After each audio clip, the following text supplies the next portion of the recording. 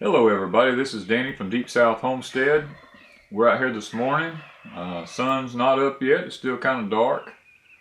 You'll probably hear the turkeys in the background waking up, getting ready for the morning light, and possibly other animals coming on this morning. And that's why I'm out here so early this morning. I want to talk a little bit today about the earth. Now, we grow up believing that we are not supposed to worship anything other than God, and that is exactly right. So those of you who come on here today who think that I am here today to worship the earth, that is not what this is about, okay?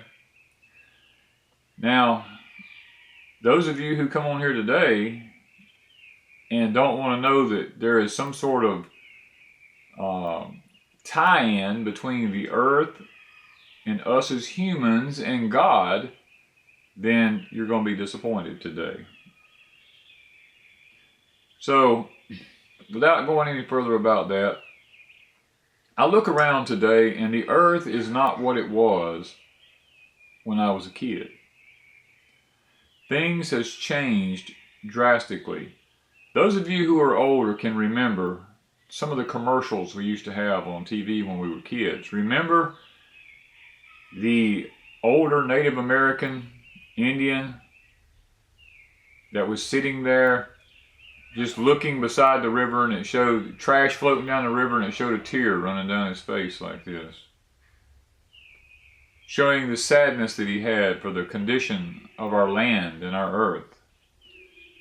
Now, those of you who continually watch our videos know that I have 3 different nationalities of Native American in me. And the land is very important to me. I believe that the land is so important that how you treat the land and how you treat the earth is how the earth treats you. If you treat it with care, then it's good to you. If you treat it harshly, then harsh treatment's what you get back. And guys, all I do is sit back and look, to the condition that our earth is in today. All the stuff that I read and study about talks about how that food today is void of nutrition. That I read one article that talked about how that if our forefathers ate a salad for lunch, we would have to eat 20 salads to end up with the same nutritional value as their one salad had back in the early turn of the century, simply because we have depleted our land of its natural minerals and resources. And to compensate for that, we use synthetic fertilizers. And I myself am guilty of that because I have to have it at the point I'm at on my homestead because I plant acres of things. And there's no way that I have enough fertilize to, let's say, natural or organic fertilize to do this, not yet on my homestead. I am gradually working it down year by year, amending my soils in a way in which I can better have foods that are more high in nutrition on my homestead. Now, it has taken me many years because I live in an area where I have sandy soil. So I'm constantly having to sit out and work probably harder than most trying to get organic matter back into my soil. When we push up our trash piles around here, we do not burn our trash piles, even though the land could use the char, because biochar is a good thing for the soil. I can only amend so much of that to the soil because what I do is the ash left over from my fireplace and my wood heater goes back to the soil in my gardens. but we also let all the trash piles rot and turn back into organic matter, and that organic matter is put back into my gardens. Some of my gardens now are to the point where they're 12 to 16 inches deep with nothing but just topsoil. And that's a good thing. When we clean out our rabbit buildings, it all goes into the gardens. When we clean out our chicken buildings, it all goes into a compost bin that goes eventually into our gardens. There's just things, when we mow our yards during the fall, we gather up the leaves and we chop them all up and shred them and we put them in our gardens. We have compost piles, we have wood chip piles, we have all these things around here that we amend with. But even with all that, some of my fields still must have synthetic fertilizers. And I know everybody's going to go, I can't believe that you'll actually consider using synthetic fertilizers. Well, let's liken it to this. When you go to the doctor and he prescribes you medication for something that's wrong with you, do you go to a store and get an all-natural, organic medicine that's been compounded, or do you go to the doctor and get a synthetic version of that medication in order to medicate yourself? You know, it's basically the same principle, guys. We're in a situation on this earth where we have to do sometimes what we have to do just to survive. Now, our bodies are organic products, if you want to call it that. And when you put a synthetic compound into our bodies usually have a side effect. And that's why there's side effects on much of the medication that we take today, is because it is a synthetic version of the real thing. And just like the fields that I plant, I usually only put synthetic fertilizers on my corns and stuff like that. I will do it occasionally on, you know, something else, maybe like an Irish potato, something that has to have very high nitrogen in order to be able to produce well. I'll put some to that in order to get where we need to be as fast as we need to be, because here in the Deep South, it's all about getting your stuff going with speed, because you only have so many days from the time you plant a seed till it's harvest time. If that seed says 65 days, or if it says 95 days, or whatever it says, then if you don't reach that maturity in that length of time, then you have failed to get that plant where it needs to be. So the earth, we see, will give what has been given back to it. Now, I sit back and I watch the land that we live in today. I watch all of the chemicals that people are spraying. I want to say one of the most heartbreaking things I've seen was when I went to the Great Appalachian Conference. And me and the Danny Leslie Fox and us was riding in a vehicle. When we got into Tennessee, we took a back road up into the area, you know, basically for a scenic route, because we had some time to burn. And as we drove along, all the little farms, when I say little, I'm talking about anything from 3 to 2 and 5 acre farms, some of them 10 acres, every one of them. I mean, guys, it broke my heart. Every field we went across had been sprayed with Roundup to kill it, to harvest the wheat that was in it, or whatever it was, rye or whatever they had in those fields had been sprayed. And you could tell it was sprayed because the whole field was completely brown and everything around it was green. And it broke my heart to see people doing that. And it's not just Tennessee, because they do it in Mississippi here where I live. You know, it's just that I was expecting a little different from Tennessee because of the mountains and the beauty of it and everything. But it just went to show me the condition and the state that our country is in. You know, the people in the agricultural department here where I live at,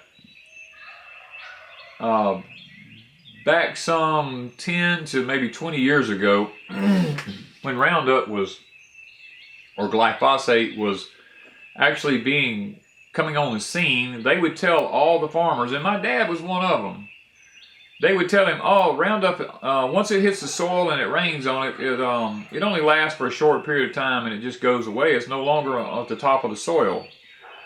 Which there is a lot of truth to that.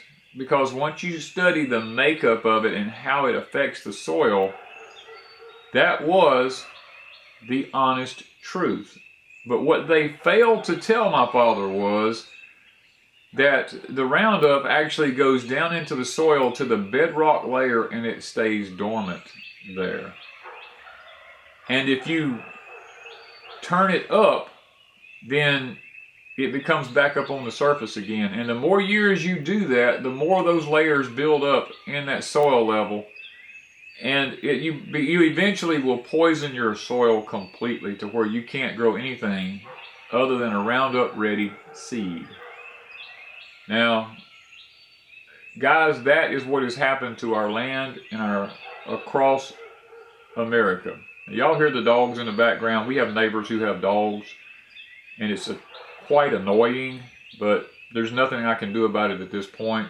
It's totally very disrespectful for the neighbors who actually try to live a peaceful life, is to have all these barking dogs. But I'm going to leave it because this video may be used one day to my benefit. So, but getting back to the earth, you know, as I go along, the power companies, they were coming out on my own property one day, and they were trying to spray the power lines, and I went ballistic because I had organic gardens right where they were spraying at, but the guys had done come down the road before I caught them, and you know, I had to abandon that whole garden for a while, not be able to use it, not be able to harvest anything from it because the overspray went over into my garden and actually killed my plants. I lost all my stuff that year, but I called the company and I got all the big wheels out from that power company, and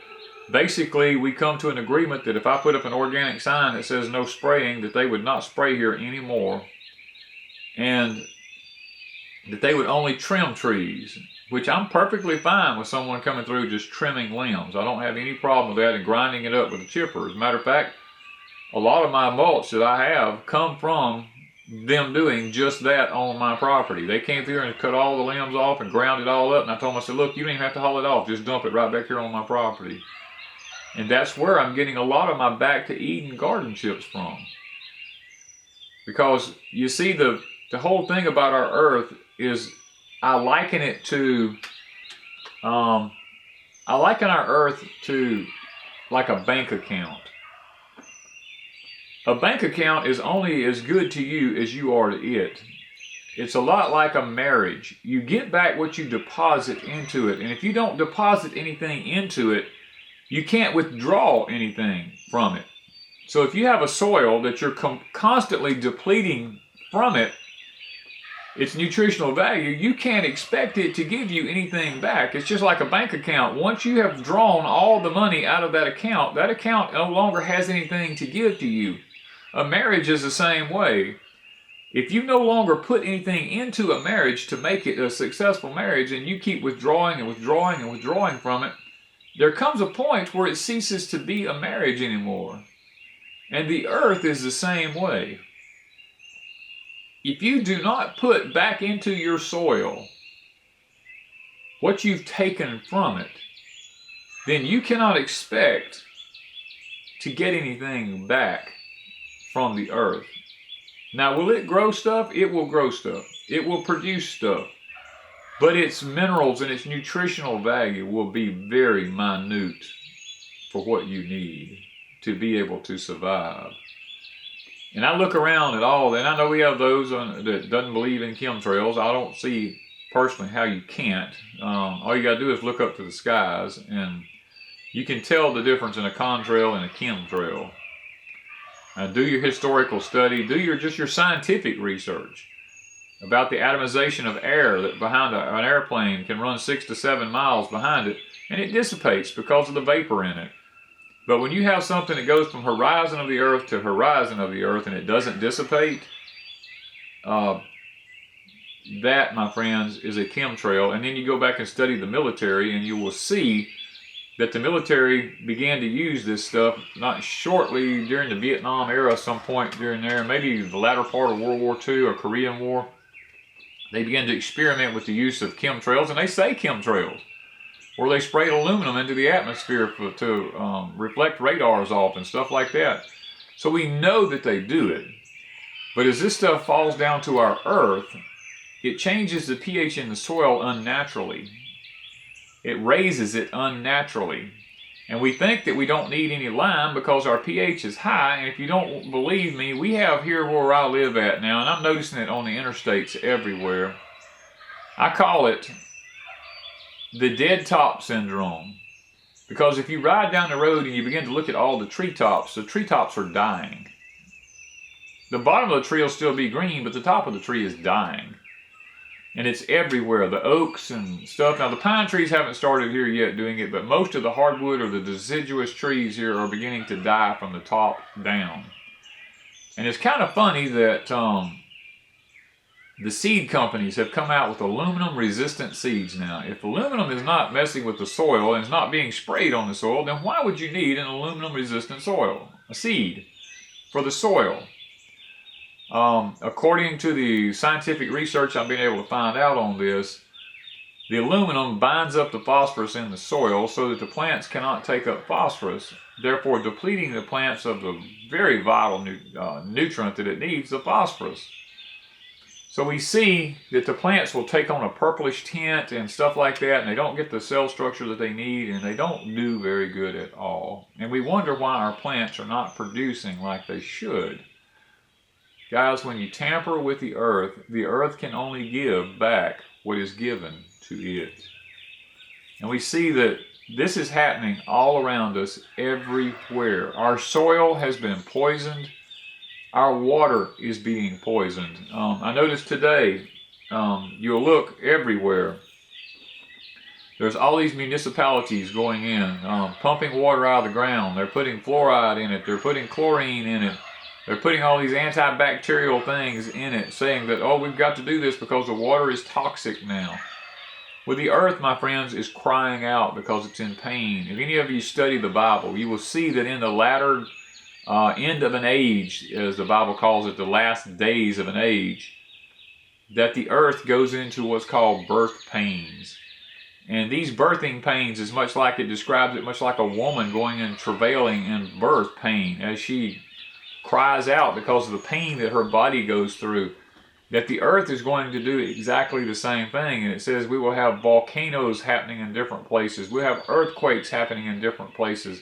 In other words, the earth is crying back out to its maker because of the damage that man has done to it. And yes, my friend, man has done a lot of this damage. Back when my daddy was a child, he would tell me about how they would go in and they would plow new ground. They would clear up the woods by hand, not take a machine in there and just push all the topsoil off, but they'd go in and clear it by hand, and they would plant around the stumps and grow some of the most magnificent food, he said, that you had ever seen. And that's because they did not destroy the organic matter, but they took horses and plows and turned that stuff in. And over a period of years, they would plow around the stumps until the stumps got to a point that they could take horses and mules and pull them out of the ground. And have good, rich farmland. But even my dad told me that every so many years, they would change garden spots and find another new piece of ground once they depleted that piece of ground. Because back then, they didn't have the fertilizers and the organic matter to go in that they could purchase and go put back into those soils. He mentioned the fertilizer to me that when he was a kid, he said it was called Old Black Joe. And I looked into this. That fertilizer is still made. I believe it was in Kentucky or somewhere up in there. You could still get that fertilizer called Old Black Joe. And my dad told me that that was some of the first fertilizers that they were ever able to get and put down. And he talked about, how they thought it was just hog heaven to them, because then their plants began to produce and they had to keep changing the piece of ground that they were on.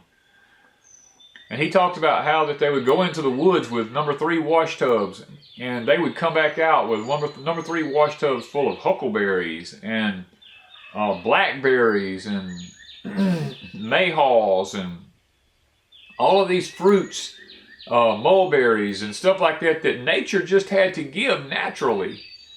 And today, I'm fortunate on the land I live on here. I have really taken care of the huckleberries and things like that, the chinkapins, the berries and stuff like that come on my property, because I myself want to be able to go out like my dad did as a child. I want to be able to go out myself and be able to forage in the wild for things that are just naturally occurring on the earth because of the goodness that the earth has and the goodness that it wants to give back to us. Because you see in Genesis, in God's Word, He tells us, He has given us every herb of the field. All of plant nature has been given to us for nutritional value. And God said that if we take care of the earth will take care of us. And that's kind of where I'm going today. Is, guys, we cannot expect anything more from our planet than what we do to it.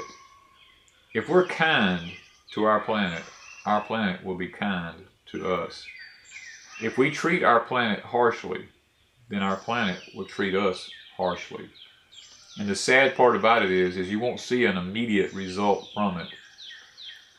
Just as the planet takes years to build up and to become nutritious again and be able to supply our vitamins and our minerals, as we eat from the earth that has been abused, it takes years for it to deplete our bodies of minerals.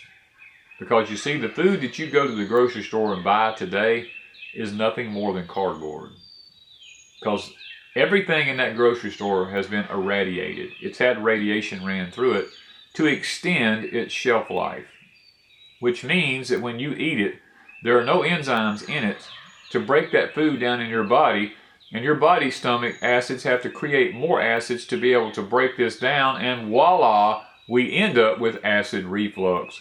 And we go to the doctor, and the doctor tells us, oh my gosh, I can fix that. All you need is a little purple pill. You know what that purple pill is?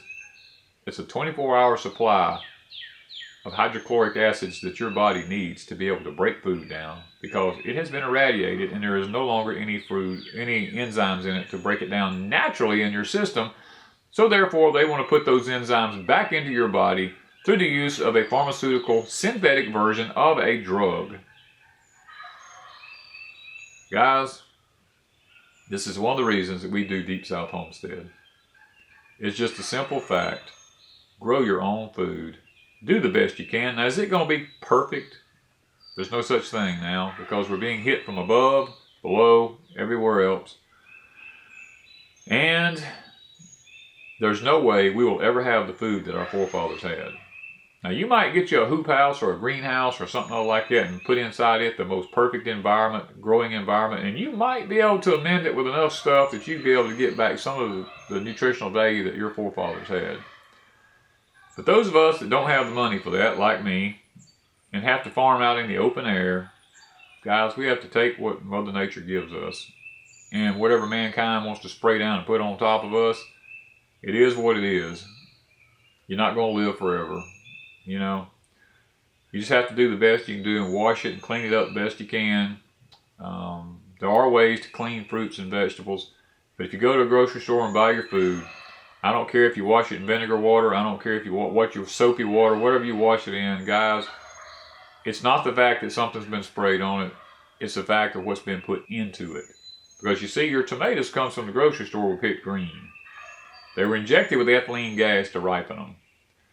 Your bananas were picked green and brought here, and they were chemically injected to make them get ripe. Guys, your potatoes that you're eating has sprout nips sprayed on them so that they don't sprout while they're in the grocery stores. All your other foods have been, all your foods have been irradiated, whether it's a strawberry, blueberry, blackberry, you name it, pumpkin, watermelon, bell pepper, whatever. I mean, I don't care. Squash, cucumber, however you want to do it, onions. They've all been irradiated. All of your apples, your carrots, your peppers, they've all been waxed. You know, they all have fungicides put on the outside of them to stop the funguses from growing that creates the bacteria that breaks your food down so that it will last longer on the grocery store shelf, because it's being shipped about 1,500 miles on average to get to your grocery store. And 90% of it comes from another country on top of that. You go to the store and try to buy fish or anything like that, then you're going to get it from Taiwan, Vietnam, China, wherever. And a lot of your other stuff comes from India and Brazil and Mexico and, all your foreign countries. Here in America, we grow very little of our own food anymore. Simply because we try to do the NAFTA thing, the North American Free Trade Agreement deal, where we go out and we outsource most of our stuff because, hey, that's a neighborly thing to do. Let somebody else grow your food and trust them because, hey, after all, they don't have all the regulations in their country, so they can put whatever they want on your food. Oh, guys, I know today I could go on and on and on about this, but I think my time is running out. It looks like I'm up here to almost 26 minutes worth of video here, so I'm going to have to stop. Because I know you're not going to sit here and listen to me much longer than that. Because, guess what? The attention span of the American citizen is going down rapidly. And I'm not talking about you as an individual. I'm just saying that people who click in who do not know who Deep South Homestead is going to go, oh my gosh, this guy is a nutcase. And there may be some truth to that.